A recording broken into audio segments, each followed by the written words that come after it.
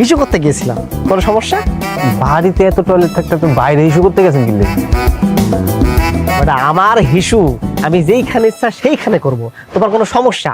আমার ভিতরে হিসু করতে ভালো লাগে না, মাঠে হিসু করতে ভালো লাগে, কোনো সমস্যা? না না ভাই, আপনার আমার সুবিধার মনে হইতেছে না। আপনি কি আসলেই ছেলে পক্ষের নাকি ফিরি ফিরি খাইতেছেন? বেটা তোর সাহস কত বড়! তুই আমার মতো একজন জেন্টলম্যানকে বলছিস যে আমি ফ্রি খাইতে আসছি? হ্যাঁ বেটা, তুই মানে চিনিস আমি হচ্ছে বরের খালাতো ভাইয়ের বন্ধু, হ্যাঁ খুব কাছের বন্ধু একজন। হ্যাঁ আমার কথার উপর ডিপেন্ড করে আজকে ওরা এই বিয়ে করতে রাজি হয়েছে। আমি যদি না করতাম ওরা আজকে বিয়ে করতো না। তুই সাহস কত বড়, তুই এমন অপমান করিস? ওই তোর মুরব্বী কাছে ডাক, ডাকতে। এই মুরব্বী কাছে এদিকে আসেন। শাকিল কি হয়েছে রে? দেন না কাকা, এই লোক নাকি ছেলে পক্ষের, আমার তো বিশ্বাসই হইতেছে না। আল্লাহ দেখতেই তো চোরের মতো লাগে। ভাই আপনি আসলেই কি ছেলে পক্ষের? হ্যাঁ মুরব্বী, আপনিও?